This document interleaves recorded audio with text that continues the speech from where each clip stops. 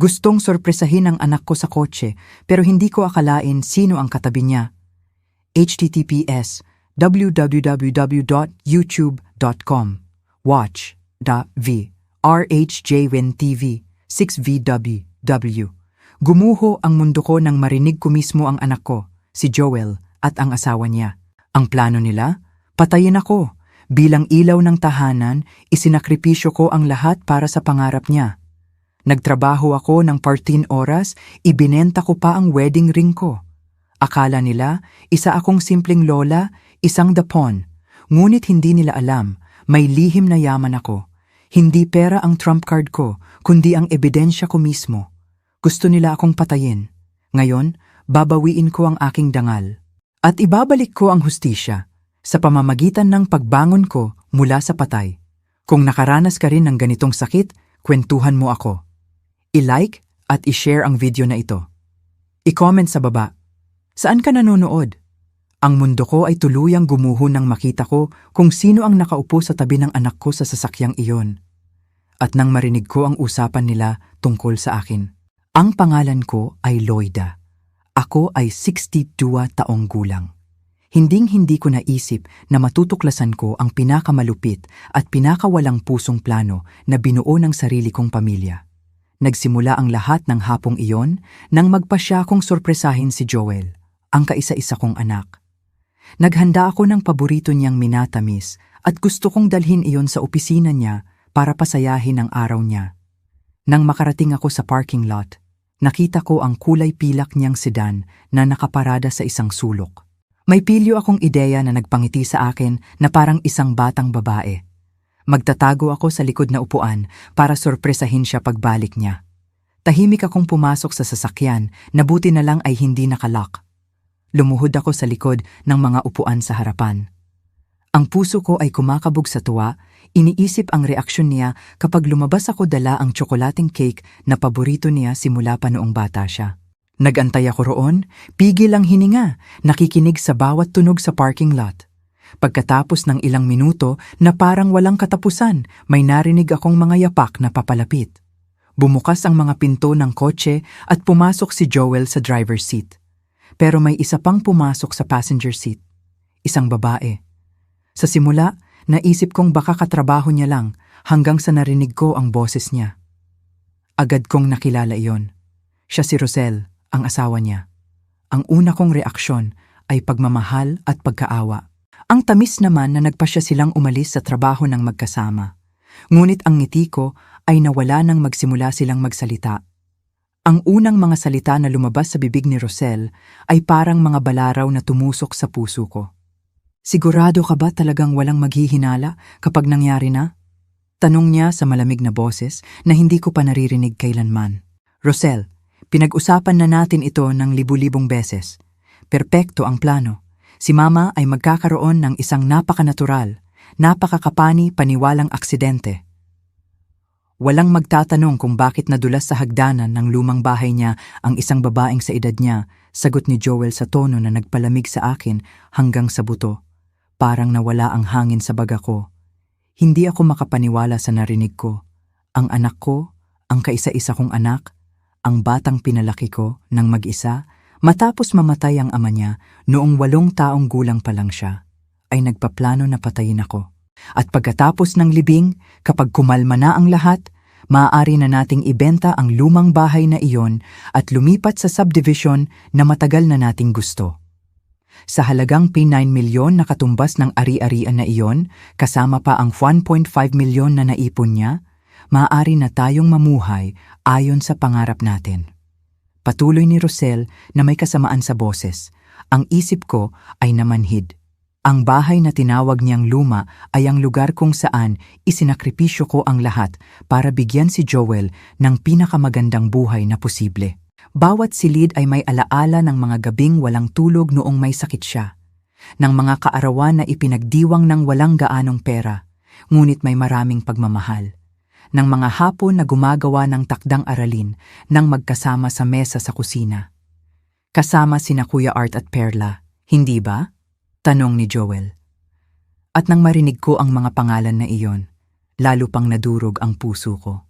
Si Kuya Art ay ang nakatatanda kong kapatid, at si Perla, ang asawa niya, ay kasama rin sa balak na ito. Oo naman, desperado na ang tito mo sa pera mula nang mawalan siya ng trabaho, at hindi tumitigil si Perla sa pagpapaalala sa akin na napakatipid mo daw sa kanila. Sabi niya, oras na para makuha ng pamilya ang nararapat sa kanila. Sagot ni Rosel na may pagkamuhi. Matipid. Ang salitang iyon ay umalingaw-ngaw sa isip ko na parang masakit na eko. Nagtrabaho ako bilang tagalinis ng bahay simula noong 18 na taong gulang ako para masuportahan ang anak ko. Ibinenta ko pa nga ang jewelry sa kasal ko para bayaran ang tuition niya sa kolehiyo. Hindi ako bumili ng bagong damit para lang magkaroon siya ng lahat ng kailangan niya. Makakatulong din ang life insurance. Iyon ay isa pang fee 5 million na makukuha natin ng walang problema. Dagdag ni Joel. At sa sandaling iyon, alam kong wala nang natitira sa matamis na batang pinalaki ko. Nagsimulang tumulo ng tahimik ang mga luha ko habang nananatili akong nakaluhod, nagdarasal na hindi nila ako matuklasan. Ang katawan ko ay nanginginig, hindi lamang sa takot, kundi sa kalungkutan na napakalalim. Pakiramdam ko ay mabibiyak ako sa dalawa. Nagpatuloy ang usapan ng ilang minuto pa. Idinetalye ang bawat aspeto ng pinlano nilang pagkamatay ko. Naisip na nila ang lahat, ang eksaktong sandali kung paano gagawing mukhang aksidente, kahit paano sila aarte sa libing para magmukhang wasak na wasak ang damdamin. Nang sa wakas ay lumabas sila sa kotse at lumayo na parang walang nangyari, nagantay pa ako ng 10 minuto bago ako naglakas loob na gumalaw. Lumabas ako sa sasakyang iyon. Isang ganap na ibang babae mula sa pumasok. Ang mapagmahal, mapagkakatiwala ang ina ay namatay sa likod na upuan na iyon. Naglakad ako patungo sa luma kong kotse. Nanginginig ang mga binti ko, alam kong kailangan kong gumawa ng desisyon na magbabago sa lahat. Nagmaneho ako pauwi ng tulala. Malabo ang mata ko sa luha at ang puso ko ay basag na basag. Hindi ako makapaniwala sa narinig ko. Ang sarili kong anak, ang dahilan ng buhay ko, ay gustong patayin ako dahil sa pera. Ngunit para lubos na maintindihan ang pagtataksil na ito, kailangan kong sabihin sa inyo kung paano kami nakarating dito. Dahil ang kwento ko kay Joel ay nagsimula 35 taon na ang nakalipas nang isinilang siya sa gitna ng matinding kahirapan. Ang ama niya, si Roberto, ay namatay sa isang aksidente sa konstruksyon noong 8 taong gulang pa lang si Joel. Wala siyang iniwan sa amin. Walang insurance, walang ipon, wala kundi isang maliit, napakalumang bahay na binili namin nang may malaking sakripisyo. Sa isang iglap, naging solong ina ako. May anak na susuportahan at walang formal na edukasyon kundi high school lang. Nagsimula akong magtrabaho bilang tagalinis ng bahay sa edad na 20. Gumigising ako araw-araw ng 5:00 ng umaga. Nagpre-prepare ng almusal para kay Joel. Hahatid siya sa paaralan. At pagkatapos ay nagmamaneho ako sa buong syudad. Naglilinis ng mga opisina, bahay, apartment, kung anuman ang kailangan para makauwi ng pera. Ang mga kamay ko ay naging magaspang dahil sa mga kemikal. Ang likod ko ay kumuba sa pagdadala ng mabibigat na timba. Ngunit hindi ako nagreklamo kailanman. Si Joel ay isang matalino at masipag na bata. Palaging siya ang pinakamahusay sa klase niya. Patuloy na sinasabi sa akin ng mga guro niya na may maliwanag siyang kinabukasan. Na kailangan kong siguraduhin na makakapag-aral siya sa kolehiyo. Ang mga salitang iyon ay naging misyon ng buhay ko. Bawat sentimo na kinikita ko, iniipon ko ng maingat para sa edukasyon niya.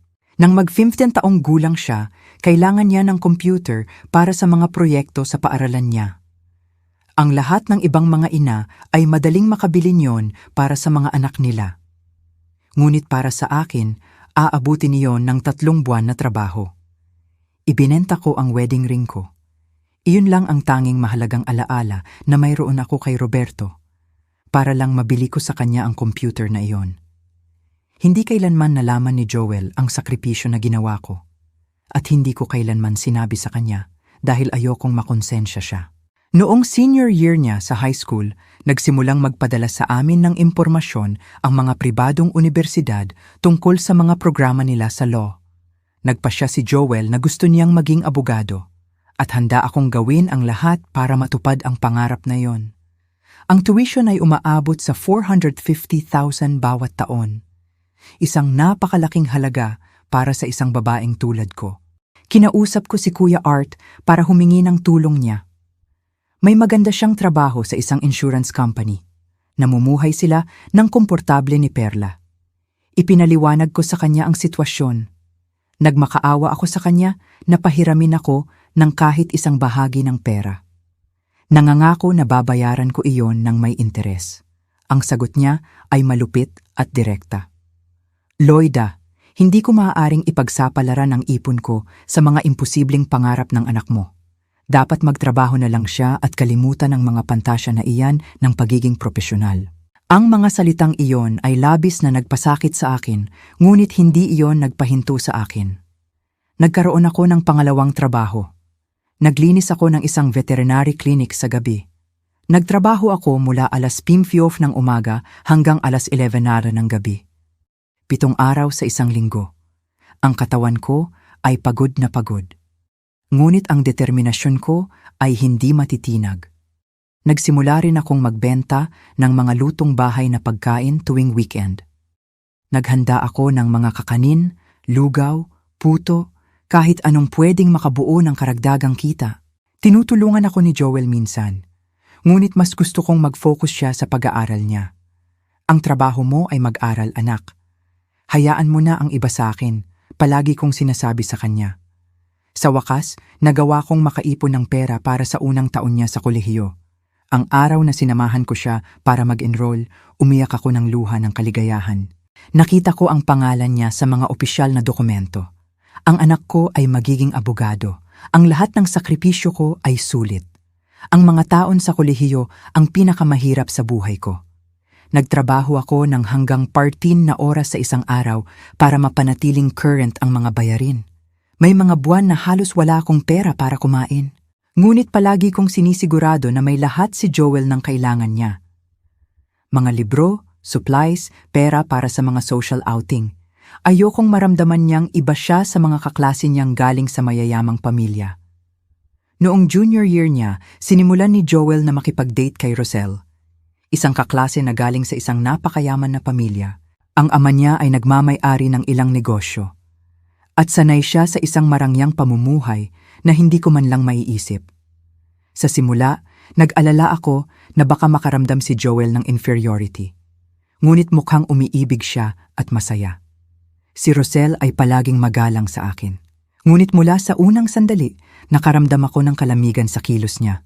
Kapag pumupunta siya sa bahay ko, tinitingnan niya ang lahat ng may mapanuring mata. Ang lumang mga kasangkapan, ang mga pader na nangangailangan ng pintura, ang maliit na kusina kung saan ako naghahanda ng simpleng pagkain. Hindi siya nagsalita ng direkta, ngunit ang mga kilos niya ay nagsalita para sa sarili nila. Pagkatapos niyang mag-graduate, nagkaroon si Joel ng trabaho sa isang prestihiyosong law firm. Ang unang paycheck niya ay mas malaki pa sa lahat ng kinikita ko sa loob ng 3 buwan. Nakaramdam ako ng pagmamalaki. Ngunit nakaramdam din ako ng ginhawa. Iniisip na sa wakas ay makakapagpahinga na ako ng kaunti pagkatapos ng napakaraming taon ng matinding trabaho. Ikinasal siya kay Rosel sa isang eleganteng seremonya. Iyon ang nagkakahalaga ng huling ipon ko. Nagpumilit si Rosel sa isang kasalan na angkop sa social position nila. At kahit pa nauubos ang pera ko, gusto kong maging masaya ang anak ko. Noong reception, narinig ko ang ilang bisita na nagkokomento tungkol sa mapagpakumbabang ina ng lalaki. May bahagyang paghamak. Ngunit sinubukan kong balewalain iyon. Pagkatapos ng kasal, naging mas bihira ang mga pagbisita ni Joel. Palaging may mga dahilan si Rosel. Mga social commitments, work trips, mga pagtitipon ng pamilya nila. Kapag bumibisita sila, ang usapan ay nakasentro sa bago nilang buhay. Ang marangyang apartment na inupahan nila. Ang mamahaling mga restaurant kung saan sila kumakain. Ang mga plano na lumipat sa mas malaking bahay pa. Patuloy ako sa pagtatrabaho, ngunit part-time na lang. Sa edad na 60, hindi na kaya ng katawan ko ang nakakapagod na oras ng dati. Nagawa kong makaipon ng mga 1.5 milyon sa loob ng maraming taon. Pera na iningatan ko ng maingat para sa mga emerhensya o para tulungan si Joel kung sakaling kailanganin niya. Ang relasyon ko kay Kuya Art ay lumala rin sa paglipas ng panahon. Pagkatapos mag-graduate at magkaroon ng trabaho si Joel, nagsimula si Kuya Art na magbigay ng mga sarkastikong komento tungkol sa kung paano pinalad ang ilang tao sa mga matatagumpay nilang anak. Mas masahol pa si Perla. Palaging nagpapahiwatig na naging makasarili ako dahil sa labis na pag-invest sa edukasyon ni Joel. Sa halip na tulungan ang pamilya, ang pinakamasakit sa akin ay ang makita kung paano nagsimulang magbago si Joel. Ang mga prinsipyo niya, ang paraan niya ng pagsasalita, maging ang paraan niya ng pananamit ay naging iba. Minsan, kapag nakikipag-usap siya sa akin, nakakakita ako ng mapagmataas na tono na nagpadurog sa puso ko. Para bang nahihiya siya sa mapagpakumbaba niyang pinagmulan. 6 na buwan na ang nakalipas. Sinimulan ni na Joel at Rosel na pag-usapan ang pagbili ng bahay sa isang eksklusibong lugar ng syudad. Ang mga ari-arian doon ay nagkakahalaga ng mahigit 30 milyon. Isang halaga na hindi ko maintindihan. Nang tanungin ko siya kung paano nila planong bayaran iyon, malabo siyang sumagot tungkol sa mga investment at business opportunities. Napansin ko rin na ang mga usapan tungkol sa pera ay naging mas madalas tuwing bumibisita sila. Mga banayad na tanong tungkol sa halaga ng bahay ko, tungkol sa ipon ko, tungkol sa kung may life insurance ba ako. Noon, inisip ko na pag-aalala lang iyon ng anak, na gusto niyang siguraduhin na maayos ang kalagayan ko sa pananalapi. Ngayon, nakaupo sa kusina ko matapos marinig ang kasuklam-suklam na usapan sa kotse. Nagsimulang magtugma ang lahat ng piraso ng puzzle. Ang mga pagbabago sa personalidad niya, ang mga tanong tungkol sa pera, ang impluwensya ni Rosel, ang pagiging kasabwat ni na Kuya Art at Perla. Ang lahat ay bahagi ng isang nakakatakot na plano na nabuo sa loob ng maraming buwan. Ang anak ko, na kung saan isinakripisyo ko ang buong buhay ko, ay gustong patayin ako para manahin ang mga ari-arian ko at kunin ang life insurance ko. Ang pangyayari ay malupit. Ang pera na gusto nilang ipatay sa akin ay kinita ko para lamang bigyan siya ng pinakamagandang buhay na posible. Hindi ako nakatulog ng kahit 1 minuto ng gabing iyon. Nakahiga ako sa kama ko, nakatitig sa kisame. Sinusubukang iproseso ang kalaki-lakihan ng natuklasan ko. Ang isip ko ay hindi tumitigil sa pag-ulit ng bawat salita ng demonyong usapan na iyon. Paulit-ulit kong naririnig ang malamig na boses ni Rosel. Pinag-uusapan ang pagkamatay ko na parang isang business transaction. At ang boses ng anak ko, ang sarili kong anak, sumasang-ayon sa mga detalye ng pagpatay sa akin. Nang sumikat ang araw, bumangon ako ng may determinasyon na hindi ko alam na mayroon ako. Kung gusto nilang maglaro ng marumi, kaya ko rin. Ngunit una, kailangan kong lubos na maintindihan kung ano na ako sa kanila. Nagpasya akong gawin ang isang bagay na hindi ko kailanman ginawa sa buhay ko. Manmanan ang sarili kong pamilya. Sa sumunod na mga araw, sinimulan kong obserbahan ang mga kilos ni na Joel at Rosel. Nagparada ako ng maingat malapit sa apartment nila sa umaga. Sinundan ko sila mula sa malayo kapag lumalabas sila. At pinakinggan ko ang bawat detalye ng mga usapan nila kapag bumibisita sila sa akin. Ang natuklasan ko ay mas lalo pang nagpatakot sa akin. Ang pamumuhay nila ay ganap na hindi kayang tustusan ng kinikita nila. Si Joel ay kumikita ng magandang sweldo bilang abogado, mga 250,000 bawat buwan. Ngunit si Rosel ay tumigil sa pagtatrabaho pagkatapos ng kasal. At ang mga gastos nila ay labis. Kumakain sila sa mga restoran na nagkakahalaga ng higit 10,000 sa isang hapunan. Bumibili si Rosel ng mamahaling designer handbags at nag-upa sila ng apartment na may buwanang renta na 120,000. Nalaman ko rin na nakaipon sila ng napakalaking utang. Hindi ko sinasadyang narinig ang isang tawag sa telepono. Nakikipagtalo si Joel sa isang tao mula sa bangko tungkol sa huling bayad sa credit card. May utang sila na higit 2.5 milyon sa mga utang at card. At mabilis na lumalaki ang interes. Ang panggigipit sa pananalapi ang nagtulak sa kanila sa desperasyon. At ako ang tanging paraan nila para makalabas. Ang bahay ko na tinatayang P9 milyon ang halaga, ang life insurance policy ko na 5 milyon, at ang ipon ko na 1.5 milyon. Eksaktong kabuang halaga iyon na kailangan nila para mailigtas ang sitwasyon nila sa pananalapi at mabili ang pangarap nilang bahay. Ngunit ang pinaka-nakakawasak ay ang pagtuklas na hindi lang kasama si Kuya Art, kundi siya pa ang orihinal na nagmungkahi ng ideya. Isang hapon, habang naglilinis ako sa opisina kung saan nagtatrabaho si Perla, narinig ko ang isang usapan sa telepono na nagpahinto sa hininga ko. Si Loida ay palaging napakamakasarili sa pera niya, sabi ni Perla sa kausap niya sa telepono. Tama si Arturo, oras na para makuha ng pamilya ang nararapat sa kanila. Ang matipid na matandang babae na iyon ay mamamatay rin balang araw. Bakit pa mag-antay? Kailangan din namin ang pera na iyon.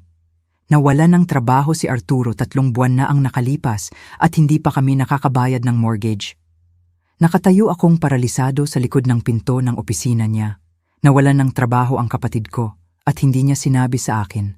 Sa halip na humingi ng tulong sa akin bilang pamilya, nagpasya siyang mas mabuti pa na patayin ako para makuha ang pera.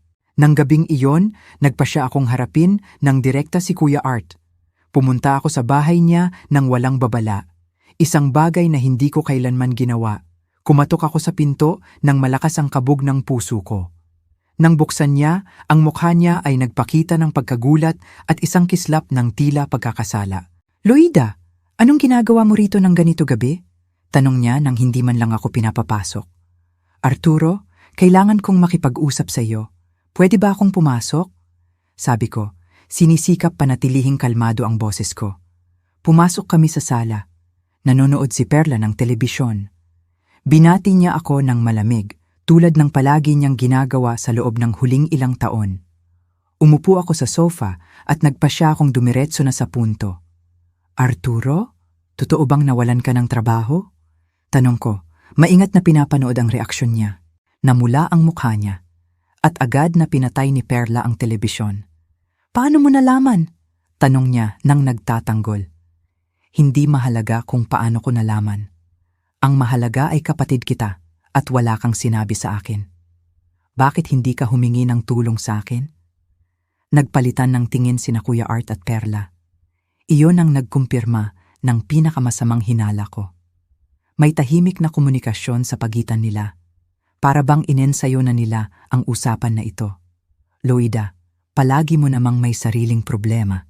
Ayaw ka naming abalahin," sagot ni Perla nang may huwad ng ngiti na hindi umabot sa mga mata niya. "Perla, ako ang kapatid niya. Kung kailangan ni Arturo ng tulong, handa akong tulungan siya. Mayroon akong kaunting ipon." Sa sandaling iyon, may nakita akong isang bagay na nakakatakot sa mga mata ng kapatid ko. Hindi iyon pasasalamat o ginhawa, kundi galit. "Kaunting ipon?" tanong niya ng mapanukso. "Loida, alam nating lahat na may mas marami ka pa sa kaunting ipon. Nag-iipon ka ng pera sa loob ng maraming taon habang ang natitirang bahagi ng pamilya ay naghihirap." Ang mga salita niya ay tumama sa akin na parang mga sampal. "Arturo, kinita ko ang pera na iyon sa pagtatrabaho ng 14 na oras sa isang araw para bigyan ng edukasyon ng anak ko. Hindi ko iyon inipon. Isinakripisyo ko ang lahat para sa kanya." "Eksakto!" putol ni Perla na may puot sa boses. "Lahat para kay Joel. Hindi mo kailanman naisip na tulungan ang sarili mong kapatid. Nang kailangan niya ng pera para sa kolehiyo, sinabi mong hindi. Pero para sa iyong munting prinsipe, si Joel palaging may pera." Nagiging agresibo ang usapan. At nararamdaman ko ang paglago ng pagkapuot sa silid. Para bang ang mga taon ng naipong galit ay lumalabas. "Hindi mo naiintindihan, sinubukan kong ipaliwanag. Gusto kong magkaroon si Joel ng mga pagkakataon na hindi natin kailanman naranasan. Gusto kong putulin ang siklo ng kahirapan sa pamilya natin." Paano naman ang pagputol sa siklo ng favoritism?" Sigaw ni Kuya Art, tumatayo. "Paano naman ang pag-iisip sa kapatid mo na nangangailangan din ng tulong? Palagi na lang ganito, Loida. Mula noong bata pa tayo, ikaw ang paborito ni na mama at papa. At ngayon ay kumikilos ka na parang mas mahusay ka sa amin. Ang mga akusasyon na ito ay ganap na hindi totoo. Ngunit nakita ko na gumawa sila ng isang kwento para bigyang katwiran ang galit nila. Sa bersyon nila ng kwento, ako ang makasarili, may pribilehiyong kapatid. Habang sila ang mga biktima na hindi naiintindihan. Kung kailangan ninyo ng pera, bakit hindi ninyo ako diretsyong tinanong? Iginiit ko, kahit alam ko na ang sagot. Tumawa ng mapait si Perla. Para bigyan mo kami ng limos na parang mga pulubi? Para iparamdam mo sa amin na inferior kami tulad ng palagi mong ginagawa? Hindi ko kailanman sinubukan na iparamdam sa inyo na inferior kayo. Ay, hindi ba? Sigaw ni Kuya Art. E paano nung bumili ka ng bahay at nagrerenta pa rin kami? At noong nag-graduate si Joel sa kolehiyo at ang mga anak namin ay halos natapos lang ang high school? At kapag ipinagmamalaki mo ang ipon mo habang naghihirap kami para mabuhay. Bawat akusasyon ay mas hindi makatarungan kaysa sa nauna. Nagtrabaho ako ng parang alipin para makuha ang lahat ng mayroon ako. Wala akong minana, hindi ako pinalad. Nagbuhos ako ng dugo para sa bawat sentimo. Ngunit para sa kanila, ang medyo tagumpay ko ay isang personal na insulto. Arturo, kung kailangan mo ng pera, maaari kitang pahiramin ng 300,000 ngayon na. Inalok ko ng desperado. Sinusubukan humanap ng mapayapang solusyon. 300,000? Paghamak ni Perla. Loida, alam na alam namin kung gaano karaming pera ang mayroon ka. Ang bahay ay nagkakahalaga ng 9 milyon. May 1.5 milyon ka sa ipon. At ang life insurance mo ay para sa 5 milyon. At inaalok mo kami ng 300,000 na parang mga pulubi kami. Nanlamig ang dugo ko nang marinig ang eksaktong mga halaga na iyon. Alam nila ang labis tungkol sa sitwasyon ko sa pananalapi. May isang taong nag-iimbestiga sa finances ko ng detalyado. Paano ninyo nalaman ang labis tungkol sa pera ko? Tanong ko na nanginginig ang boses. Tumahimik sina Kuya Art at Perla. Ngunit ang mga mukha nila ang nagbunyag sa kanila. Nasabi nila ang mas marami kaysa sa dapat. Tumayo ako mula sa sofa. Nanginginig ang mga binti. Sa tingin ko, may sagot na ako. Sabi ko, patungo sa pinto. Loida, sandali! Sigaw ni Kuya Art sa likuran ko. Ngunit umaalis na ako sa bahay. Nang gabing iyon, kinumpirma ko ang alam ko na. Ang sarili kong pamilya ay nakikita akong parang balakid. Sa pagitan nila at ng pera na pinaniniwalaan nilang nararapat sa kanila. Hindi lang sina Joel at Rosel. Isa itong buong conspiracy ng pamilya na tahimik na lumalaki sa loob ng maraming buwan. Ang sumunod na mga araw ang pinakamadilim sa buhay ko. Natagpuan ko ang sarili ko sa isang sitwasyon na hindi ko kailanman naisip. Alam kong nagpaplano ang sarili kong pamilya na patayin ako. Ngunit hindi ako makahingi ng tulong. Sino ang sasabihan mo na gusto kang patayin ng anak mo? Sino ang maniniwala sa'yo? Bukod pa rito, wala akong konkretong ebidensya.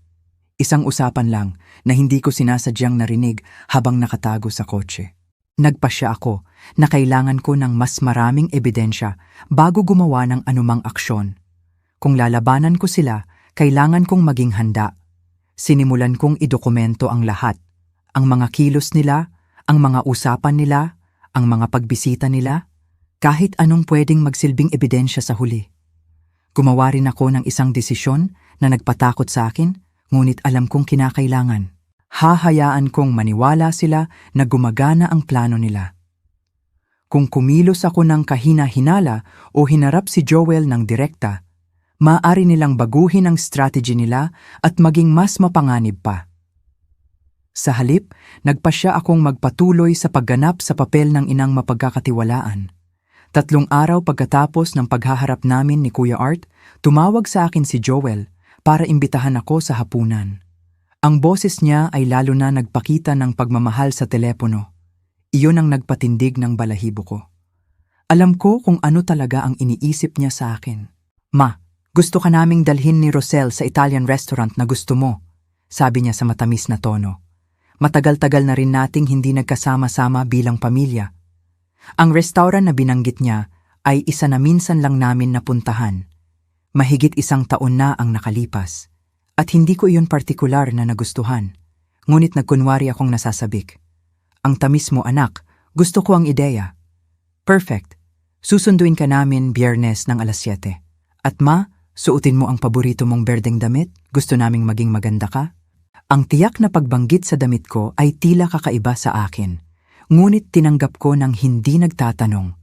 Pagkatapos kong ibaba ang telepono, nagtaka ako kung bakit niya binanggit ang partikular na damit na iyon. Iyon ay isa na binili ko 2 taon na ang nakalipas. Isa sa iilang mamahaling damit na pinayagan kong bilhin para sa sarili ko sa buong buhay ko. Biyernes ng hapon, maingat akong naghanda. Isinuot ko ang berdeng damit tulad ng hiniling niya. Inayos ko ang buhok ko at naglagay ng kaunting makeup. Habang tinitingnan ko ang sarili ko sa salamin, sinubukan kong baliwalain ang boses sa ulo ko na nagsasabing baka ito na ang huli kong hapunan. Dumating sina Joel at Rosel ng eksaktong alas 7 miyungkero. Mukhang kinakabahan si Joel. Bagamat sinubukan niyang itago iyon sa pilit ng ngiti at mababaw na komento tungkol sa panahon. Si Rosel naman ay tila ganap na kalmado, halos masaya. Iyon ang mas nakakagulo sa akin. Papunta sa restaurant, ang usapan ay tila formal. Nag-usap sila tungkol sa trabaho ni Joel, tungkol sa ilang plano sa bakasyon, tungkol sa anumang bagay maliban sa amin bilang isang pamilya. Sumasagot ako ng automatiko. Ngunit ang isip ko ay ganap na nakatuon sa pagmamasid sa bawat detalye ng kilos nila. Our restaurant, nagpumilit si Rosel na i-order ko ang pinakamahal na pagkain sa menu. Loida, kami ang magbabayad ng lahat ngayong gabi. Mag-order ka ng kahit anong gusto mo nang hindi nag-aalala sa presyo. Sabi niya nang may ngiti na hindi umabot sa mga mata niya. Noong hapunan, nagsimula silang magtanong ng tila kaswal na mga tanong tungkol sa kalusugan ko. Kumusta ang pakiramdam ko nitong mga nakaraang araw? Nagkaroon ba ako ng pagkahilo? Problema sa pag-akyat sa hagdan? In-update ko ba ang health insurance ko kamakailan? Ma, nag-aalala kami sa iyo. Nakatira ka lang mag-isa sa malaking bahay na iyan? Sabi ni Joel sa tono na nag-aalala. Matarik ang mga hagdan. Paano kung madulas ka? Ay anak, huwag kang mag-alala. Nakatira na ako sa bahay na yan ng 30 taon.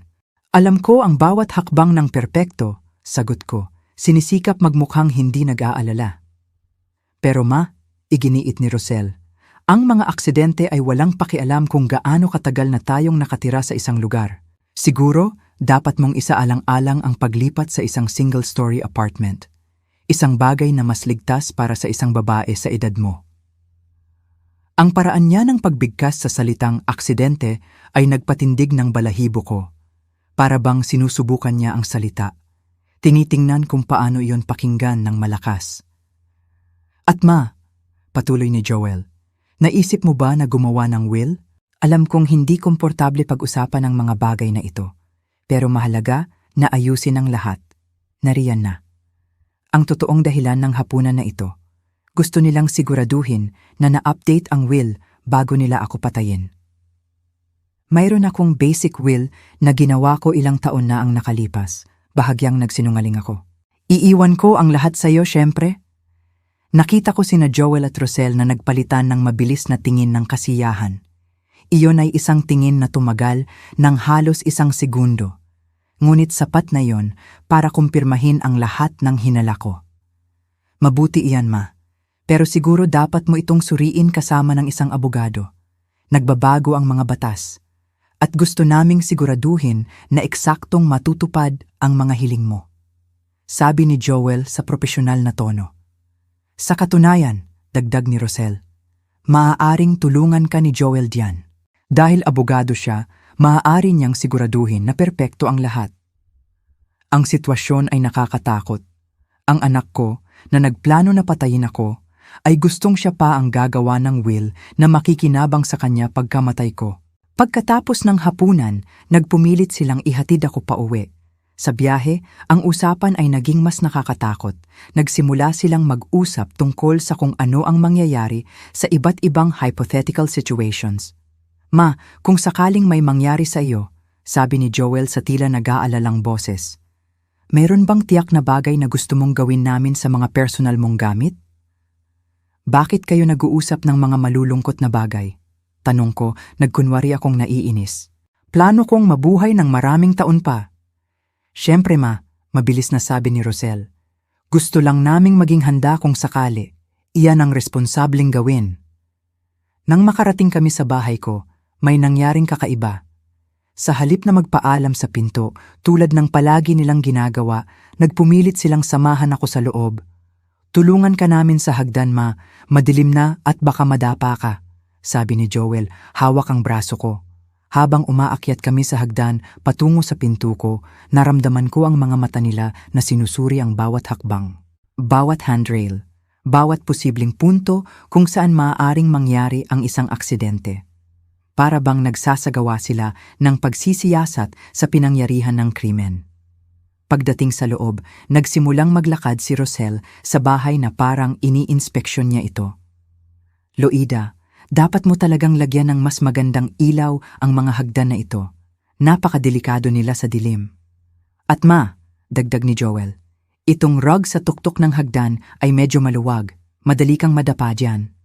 Bawat komento ay isa pang malalim na saksak sa puso ko. Hindi lang sila nagpaplano na patayin ako.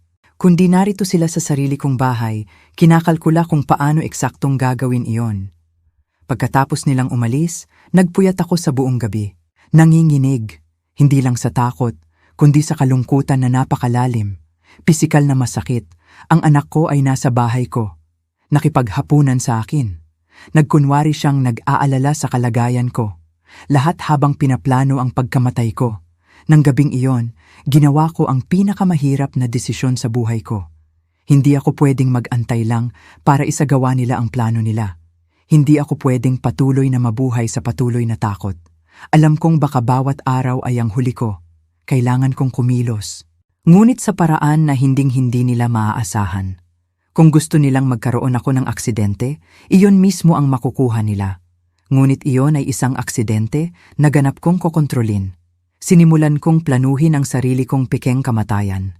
Ang pagpaplano ng sarili kong kamatayan ang pinaka-surreal at nakakatakot na karanasan sa buhay ko. Sa loob ng buong araw, nagpuyat ako. Iniisip ang bawat detalye, bawat posibleng pagkakamali, lahat ng paraan kung paano maaaring magkamali ang plano ko. Ngunit alam ko na iyon lang ang tanging paraan. Para ilantad ang pamilya ko at iligtas ang sarili kong buhay.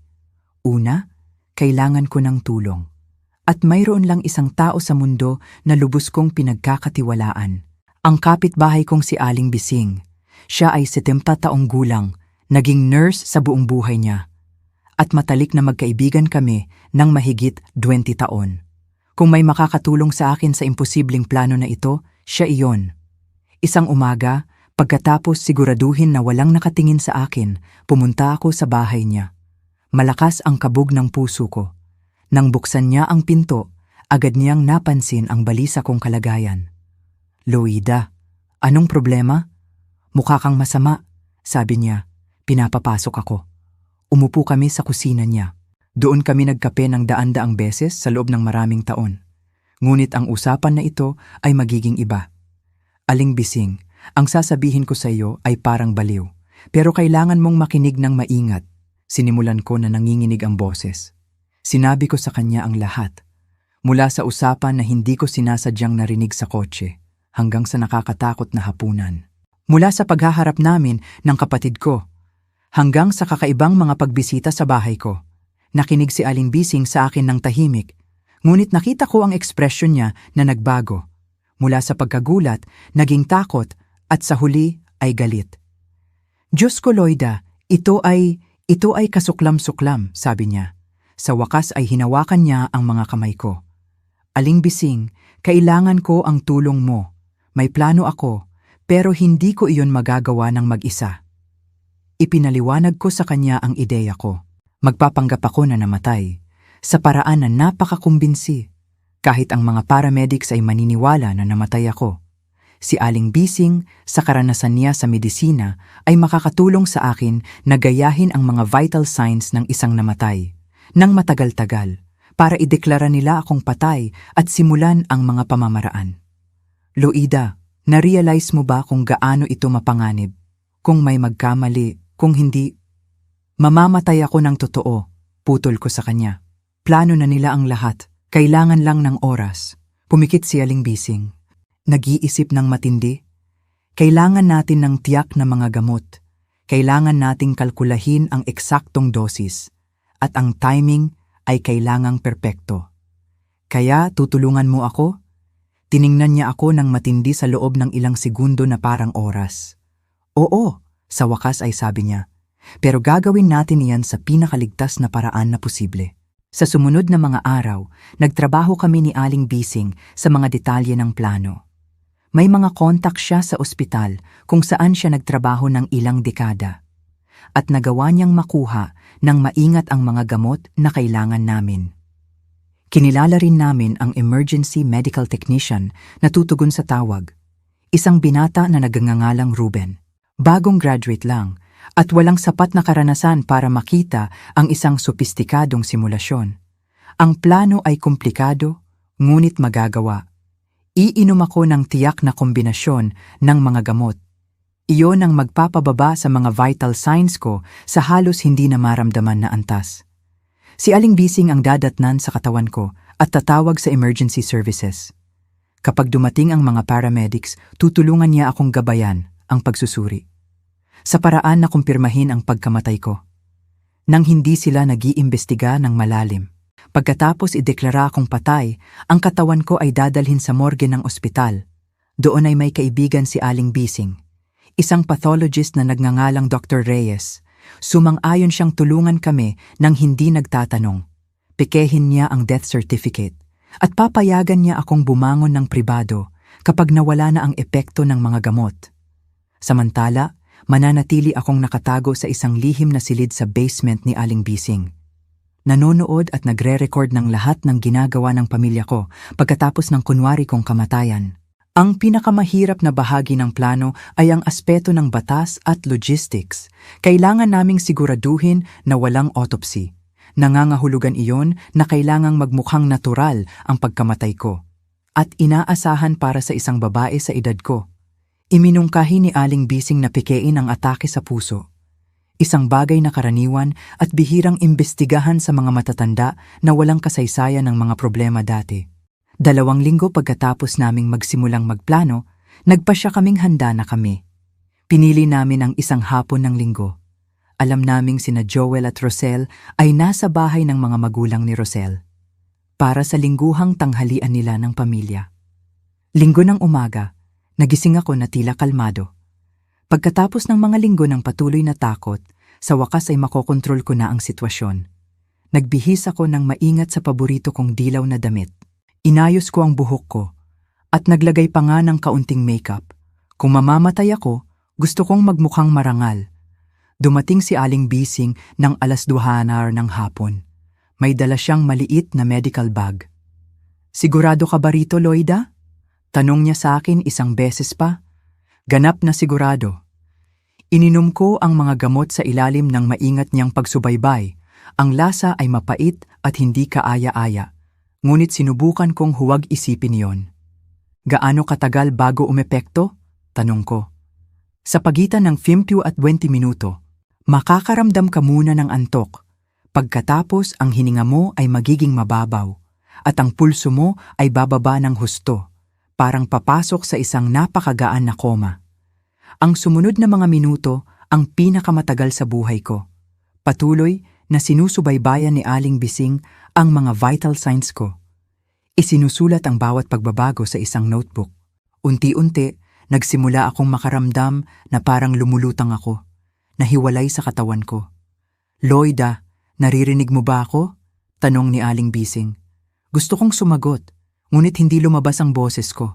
Naririnig ko siya ng perpekto, ngunit parang paralisado ako, nakakatakot at nakaka-interes sa parehong oras.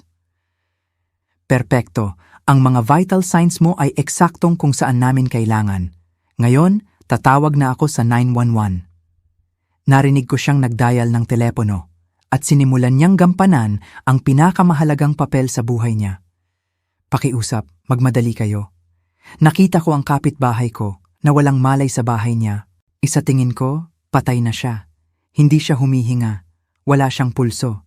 Magmadali kayo. Habang nag-aantay kami sa pagdating ng mga paramedics, maingat akong inilagay ni Aling Bising sa sahig ng sala ko. Inayos ang katawan ko sa isang natural na posisyon, para sa isang taong bumagsak dahil sa atake sa puso. Magiging maayos ang lahat, Loida, bulong niya sa tainga ko. Sa loob ng ilang oras, matatapos na ito at magkakaroon tayo ng lahat ng ebidensya na kailangan natin. Narinig ko ang mga sirena na papalapit. Ang puso ko ay sana nagsimulang kumabog ng malakas. Kung may kontrol ako rito, ito ang sandali ng katotohanan.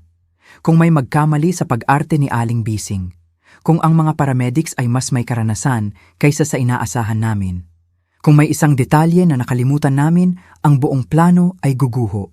Pumasok ang mga paramedics sa bahay ko. Dala ang mga kagamitan nila. At mula sa semi-conscious na kalagayan ko, naririnig ko ang mga bahagi ng pagsusuri nila. Babae, 62 taong gulang, hindi tumutugon. Hindi ko nakikita ang pulso. Ang paghinga ay hindi maramdaman. Gaano na siya katagal na ganito? Nakita ko lang siya ilang minuto na ang nakalipas, sagot ni Aling Bising.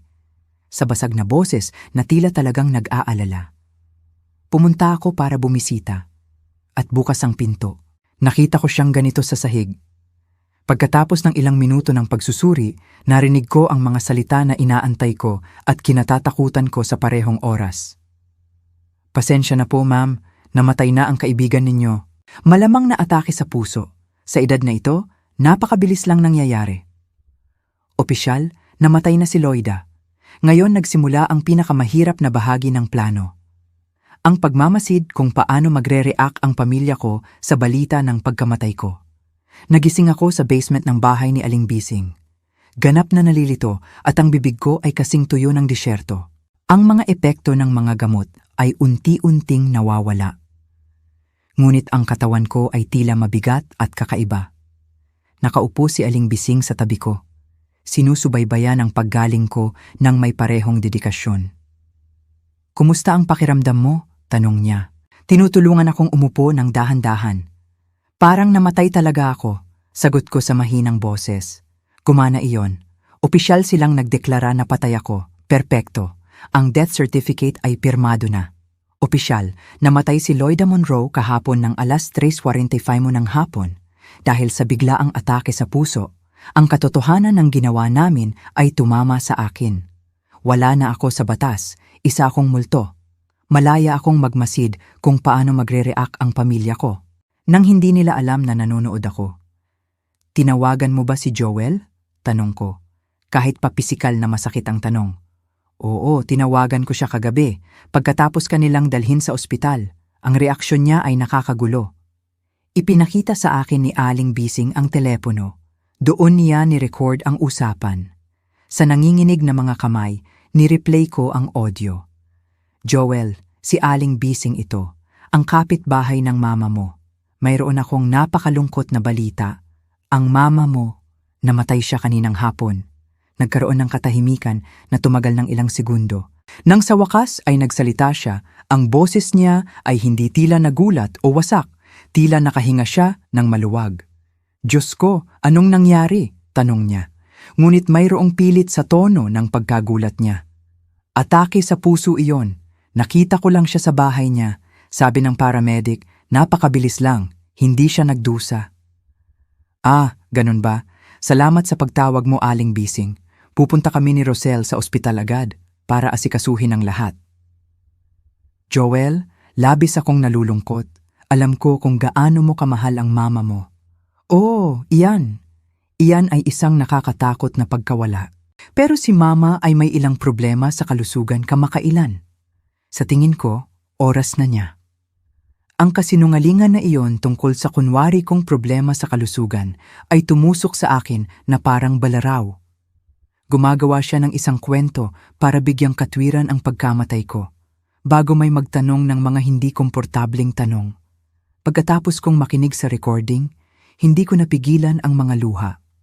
Ang kalamigan sa boses niya, ang kadalian ng pagtanggap niya sa balita, ang kasinungalingan tungkol sa kalusugan ko. Ang lahat ay nagkumpirma na talagang pinaplano nila ang pagkamatay ko. Mayroon pa, mahinang sabi ni Aling Bising. Naglagay ako ng mga nakatagong kamera sa bahay mo bago ka namatay. Gusto kong makuha ang reaksyon nila kapag kinuha nila ang mga gamit mo. Ipinakita niya sa akin ang laptop niya. Doon ay may access siya sa mga kamera ng real-time. Sa screen, nakita ko ang sarili kong sala. Walang laman at tahimik. Kakaiba tingnan ang bahay ko mula sa perspektibang ito. Alam kong hindi na technically iyon ang tahanan ko. Kailan mo sa tingin darating sila? Tanong ko. Malamang ngayon, hindi karaniwang nag-aantay ang mga tao ng matagal para tingnan ang mga ari-arian ng namatay, lalo na kapag pera ang kasali. Hindi na namin kinailangan mag-antay ng matagal. Bandang tanghali, narinig namin ang tunog ng mga susi sa kandado ng bahay ko. Sina Joel, Rosel, Kuya Art at Perla ay pumasok ng magkasama. Parang isang magaling na team. Ang nakita ko ay dumurog sa kaluluwa ko. Walang luha. Walang pagluluksa. Wala man lang isang magalang na paghinto. Pagpasok sa bahay kung saan ako tumira ng 30 taon, agad silang nagsimulang suriin ang mga gamit ko. Para bang mga appraisers sila sa isang auction. Ayan, sa wakas, sabi ni Perla. May halatang ginhawa sa boses niya. Hindi ko inisip na darating ang araw na ito. Perla, pakiusap, sabi ni Joel. Ngunit ang tono niya ay mas pag-iingat kaysa totoong paninisi. Kamatay lang ng mama ko.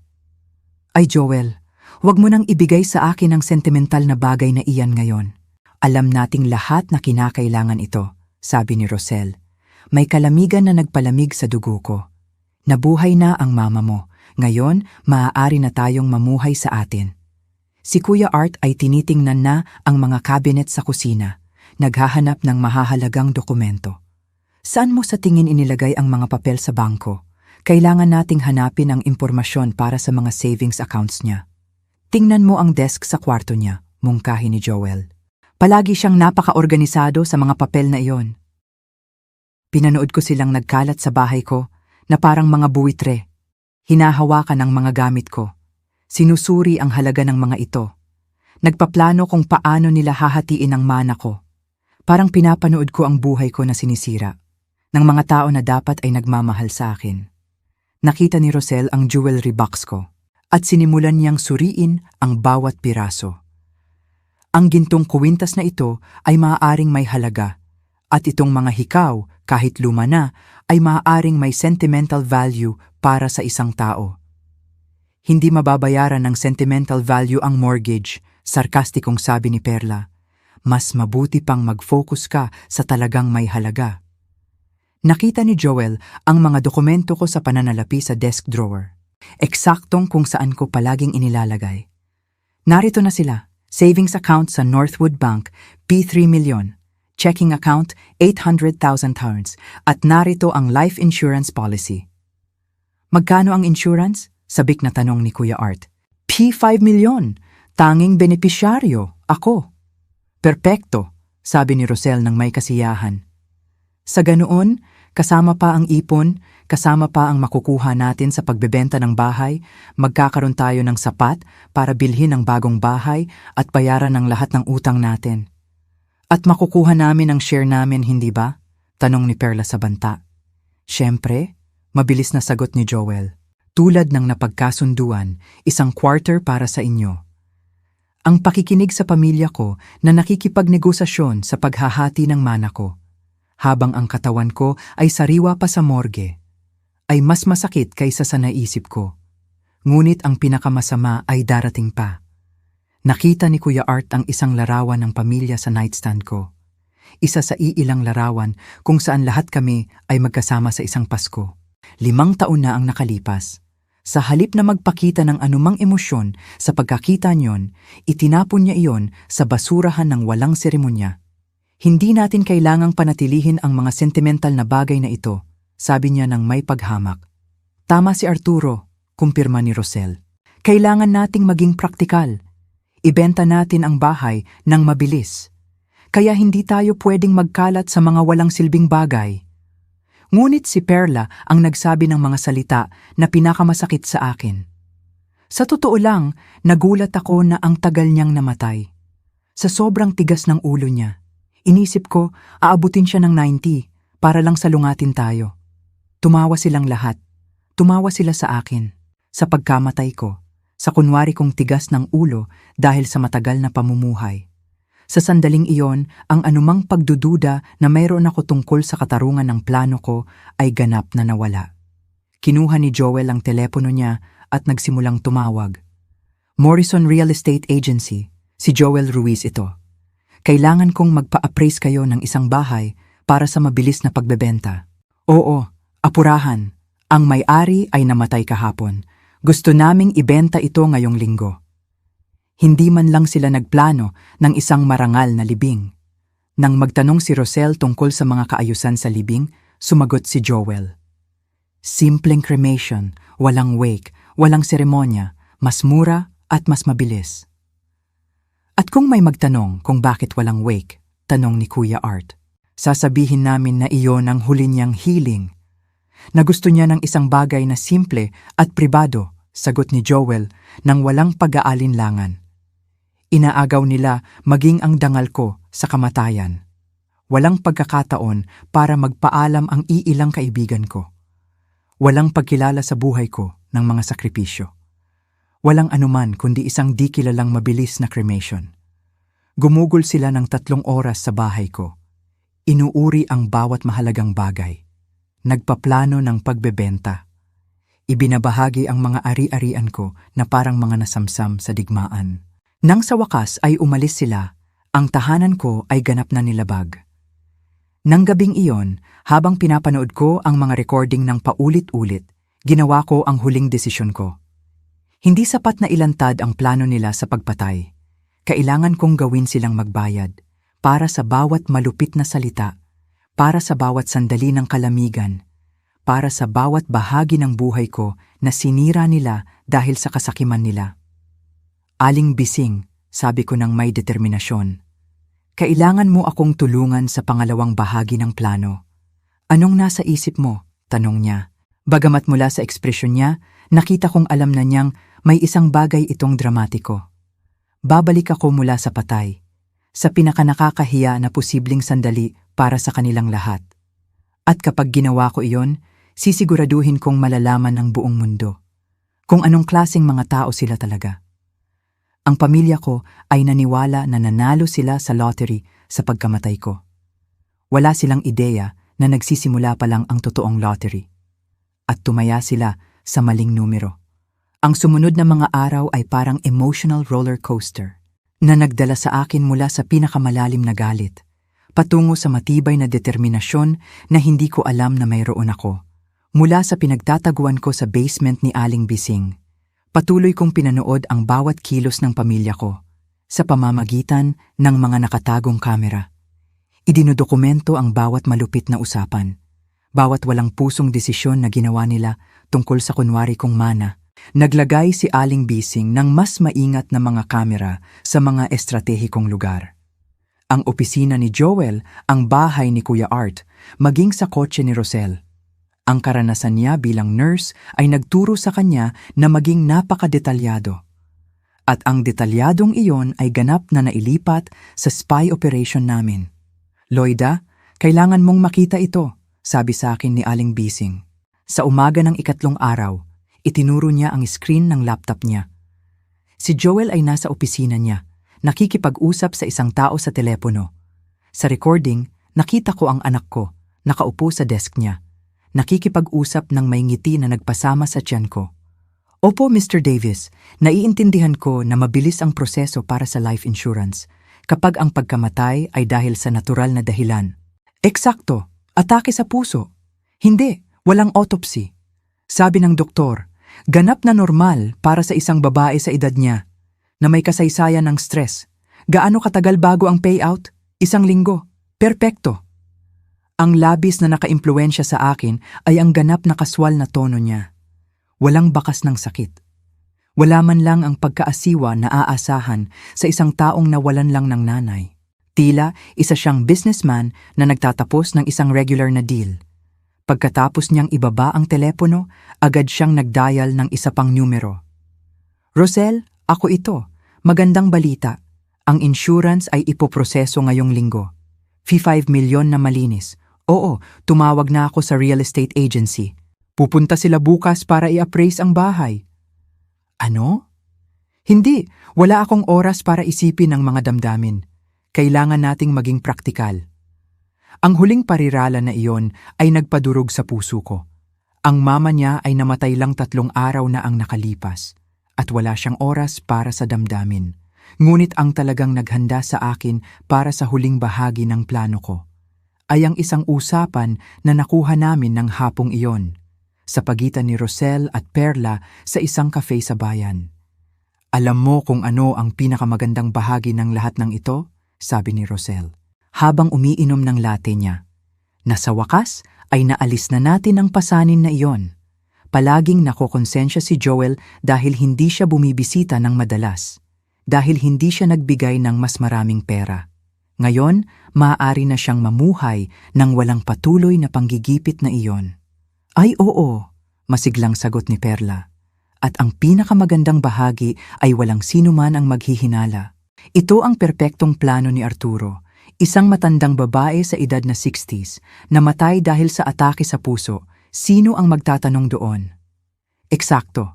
At ngayon, lahat tayo ay panalo. Maaari na kayong bumili ni Joel ng pangarap ninyong bahay. Maaari nang bayaran ni Arturo ang mga utang niya.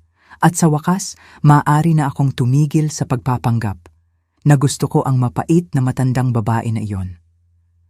Ang marinig si Rosel na tinatawag akong mapait na matandang babae, pagkatapos ng mga taon ng pagtrato ko sa kanya na parang anak ko, ay ang huling patak. Sa sandaling iyon, ang anumang huling bahagi ng pagmamahal ng ina o pamilya na maaaring natira sa puso ko ay tuluyang nawala. Aling Bising, sabi ko ng gabing iyon, may mga kontak ka sa media, hindi ba? Iilan, bakit? Dahil gusto kong maging publiko ang pagbangon ko mula sa patay. Ayokong malaman nila ng pribado at magkaroon ng oras para gumawa ng mga dahilan o manipulahin ang sitwasyon. Gusto kong makita ng buong mundo kung sino talaga sila. Ngumiti si Aling Bising sa unang pagkakataon mula nang magsimula ang bangungot na ito. May kaibigan ako na nagtatrabaho sa Channel 7 News, si Maria Elena Cruz, ang investigative reporter. Gusto niya ang mga ganitong klase ng kwento. Perpekto. Kailan tayo pwedeng makipagkita sa kanya? Kinabukasan, pumunta si Maria Elena sa bahay ni Aling Bising sa gabi. Pagkatapos siguraduhin na walang sumunod sa kanya. Siya ay isang babae sa edad na 40s. May matatalinong mata at ang enerhiya na nagpapakilala sa mabubuting mamamahayag. Jingyang Loida, sabi niya. Pagkatapos naming ipaliwanag ang buong sitwasyon sa kanya. Ito ay ganap na hindi ka panipaniwala. Kung mayroon kayong ebidensya na sinasabi ninyo, ito na ang kwento ng taon. Ipinakita namin sa kanya ang video at audio recordings na naipon namin sa loob ng nakaraang mga araw. Pinanood ko siyang mabilis na nagtatala habang nakikinig siya sa mga usapan ng pamilya ko. At ang ekspresyon niya ay nagbago mula sa propesyonal na pag-aalinlangan patungo sa totoong galit. Ito ay kasuklam-suklam, bulong niya. Pagkatapos mapanood ang recording, kung saan nagmungkahi si Perla na matagal na nilang inaantay ang pagkamatay ko. At nagplano silang magkaroon ng pulong. Para opisyal na hatiin ang mana, dagdag ko. Oo, sagot ko. Minsan sinabi sa akin ni Joel na kapag may nangyari sa sinumang miyembro ng pamilya, magkakaroon kami ng formal na pulong para basahin ang will at ipamahagi ang mga ari-arian. Sabi niya, iyon daw ang sibilisado. Kailan mo sa tingin magaganap ang pulong na iyon? Tanong niya. Malamang sa susunod na Sabado, iyon ang karaniwang available ang buong pamilya. Isinara ni Maria Elena ang notebook niya at tumingin ng direkta sa mga mata ko. Ginggong Loida, kung gagawin natin ito, walang balikan. Kapag naipalabas na, ang buhay ninyo at ng pamilya ninyo ay magbabago ng tuluyan. Nagbago na ang mga iyon. Nang araw na nagpasya silang patayin ako para sa pera, sagot ko ng walang pag-aalinlangan. Ngayon, gusto kong malaman ng buong mundo kung anong klaseng mga tao sila talaga. Sa sumunod na mga araw, inihanda ni Maria Elena at ng team niya ang lahat. Para sa tinawag nilang pinakadramatikong pagbangon mula sa patay. Sa kasaysayan ng lokal na telebisyon, naglagay sila ng karagdagang mga kamera sa bahay ko. Nag-coordinate sa police department para maghanda ng mga pulis. Naaaresto sa pamilya ko dahil sa conspiracy at nakipag-ugnayan pa nga sa isang hukom para maging naroroon sa paglalantad. Ang plano ay simple, ngunit nakakawasak. Ang pamilya ko ay magtitipon sa bahay ko sa hapon ng Sabado para sa opisyal na pagbasa ng will. Habang pinag-uusapan nila kung paano hatiin ang mana ko, lalabas ako sa pinto ng harapan. Sinasamahan ng mga kamera ng telebisyon, ang mga pulis, at lahat ng ebidensya ng conspiracy nila. Biyernes ng gabi, tinawagan ni Joel ang lahat ng miyembro ng pamilya para kumpirmahin ang pulong. Bukas, alas 3:01 ng hapon, sa bahay ni Mama, sabi niya sa bawat isa. Magdala ng ID dahil kailangan ng lawyer na i-verify kung sino ang legal na tagapagmana. Ang kasinungalingan na yon tungkol sa lawyer ay nagpagalit sa akin. Walang lawyer. Inimbento lang nila ang dahilan na iyon. Para magmukhang mas opisyal at legal ang pulong. Nang gabing iyon, halos hindi ako makatulog. Ngunit hindi dahil sa kaba, kundi dahil sa pananabik. Pagkatapos ng mga araw ng sakit, pagtataksil at kahihiyan. Sa wakas, makukuha ko na ang hustisya, ngunit higit pa sa hustisya. Makukuha ko ang isang bagay na mas nakakasiya. Ang ganap na katotohanan. Nailantad para makita ng buong mundo. Sabado ng umaga, maingat akong naghanda.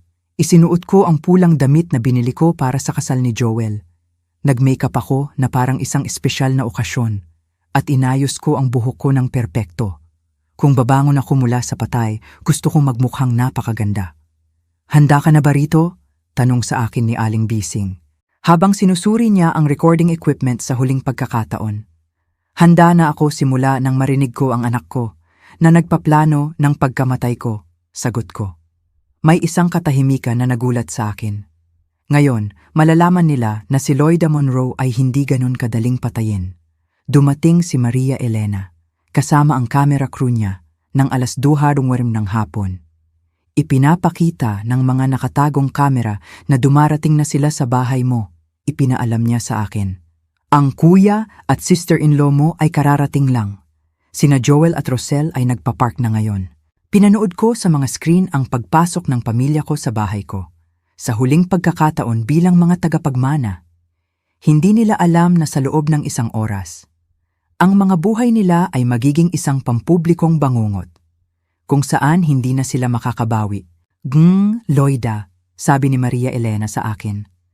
Seryoso, sa loob ng ilang minuto, lalakad kayo sa pintong iyon at haharapin ang mga taong nagplano na patayin kayo. Mayroon ba kayong tiyak na gustong sabihin sa kanila? Ngumiti ako. Sa unang pagkakataon sa loob ng ilang linggo. Ay, oo, marami akong sasabihin sa kanila. Alas 3:15 ng hapon. Habang pinapanood ko ang pamilya ko sa pamamagitan ng mga nakatagong kamera na nag-aayos sa sarili kong sala para hatiin ang mana ko. Naramdaman ko ang paghalo ng kaba at determinasyon na hindi ko kailanman naranasan sa buhay ko. Para bang ang lahat ng mga tao ng sakripisyo, kahihiyan at sakit ay nakatuon sa definitibong sandali na ito. Sa mga screen, nakita ko si Joel. Nakaupo sa paborito kong armchair. Ang parehong upuan kung saan ko siya binabasahan ng mga kwento. Noong bata pa siya, may folder siya ng mga legal na dokumento sa mga kamay niya at isang ekspresyon ng kasiyahan na nagpasama sa tiyan ko. Si Rosel ay nasa tabi niya, nakasuot ng bagong damit na malamang ay nagkakahalaga ng mas maraming pera kaysa sa ginastos ko sa damit sa loob ng isang taon. Sina Kuya Art at Perla ay nakaupo sa sofa. At nakita ko ang kasakiman sa mga mata nila. Habang nag-aantay na marinig ang eksaktong mga halaga ng mana ko. Nagdala pa nga si Perla ng notebook. Doon siya nagsusulat ng mga numero. Para bang isang business meeting. Ayan, sinimulan ni Joel sa taimtim. Ngunit peke na tono. Narito tayo para pag-usapan ang pamamahagi ng mga ari-arian ni Mama. Tulad ng alam ninyong lahat, ako ang tanging tagapagmana sa will niya. Pero bilang pamilya, nagkasundo tayong gumawa ng mas pantay na pamamahagi, dagdag ni Rosel, nang may ngiti na hindi umabot sa mga mata niya. Hinawakan ako ni Maria Elena sa balikat. Ito na ang perpektong oras, Ginong Loida. Pinag-uusapan nila eksakto ang inaasahan natin. Humugot ako ng malalim na hininga at naglakad patungo sa pinto ng sarili kong bahay, sinasamahan ng 2 camera operators, isang sound technician, 2 pulis, at ang pinakamatigas na reporter. Ang puso ko ay kumakabog ng napakalakas. Inisip ko na baka marinig ng buong neighborhood. Nagre-record ba kayo? Tanong ko sa pangunahing camera operator. Opo ma'am, live po kami. Ang mga salitang iyon ang nagbigay sa akin ng huling tulak ng tapang na kailangan ko. Libu-libong tao ang malapit ng saksihan ang pinakamakataong hustisya sa kanilang buhay. Inilagay ko ang susi ko sa kandado at dahan-dahan itong pinihit. Ang tunog ng metal ay umalingaw-ngaw sa buong bahay. At agad kong narinig na tumigil ang mga usapan sa sala. Narinig mo ba yon? Tanong ni Perla. Nerbiyoso ang boses. Siguro hangin lang iyon, sagot ni Kuya Art. Ngunit ang boses niya ay tila hindi mapakali. Binuksan ko ang pinto at naglakad ng direkta sa sala, kung saan nakaupo ang pamilya ko. Pinag-uusapan kung paano gagastusin ang pera mula sa pagkamatay ko. Sinundan ako ng mga kamera ng telebisyon. Nakuha ang bawat segundo ng magiging pinakadramatikong sandali ng kanilang buhay. Nang lumabas ako sa pinto ng sala, ang katahimikan na sumunod ay ganap at nakakatakot. Si Rosel ang unang nakakita sa akin.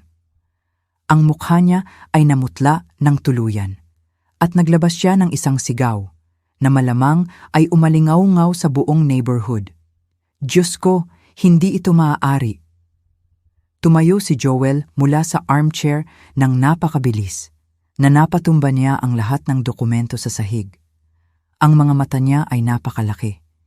Inisip ko na baka lumabas ang mga iyon. Ma, pero patay ka na. Nagsimulang umiyak ng malakas si Perla, hindi sa tuwa sa pagkakita sa akin na buhay, kundi malinaw na sa takot. Multo yan! Multo yan! Namatay si Loida! Nakita naming lahat ang death certificate! Nanatiling ganap na hindi gumagalaw si Kuya Art, para bang naging bato siya. Ang bibig niya ay bukas, ngunit walang lumabas na tunog. Kumusta, mahal kong pamilya? Sabi ko, sa pinakakalmadong boses na kaya kong gawin. Sana ay hindi ako nakakaistorbo sa isang mahalagang bagay. Pumasok si Maria Elena sa likuran ko, kasama ang mga kamera niya. Magandang hapon, ako si Maria Elena Cruz mula sa Channel 7 News at nagbo-broadcast kami ng live ng maaaring maging pinaka-nakakagulat na kwento ng taon. Anong nangyayari rito? Sigaw ni Joel. Sa wakas ay nabawi niya ang kakayahang magsalita, kahit pa ang boses niya ay tila hysterical. Anong nangyayari, mahal kong anak? Sagot ko. Naglalakad ng dahan-dahan patungo sa gitna ng silid. Ang nangyayari ay bumalik ako mula sa patay, para personal na pakinggan kung paano ninyo pinaplano na hatiin ang mana ko. Pero ang ospital, ang death certificate, cremated ka na, utal ni Rosel. Nakikita na nanginginig. Oo, ang cremation.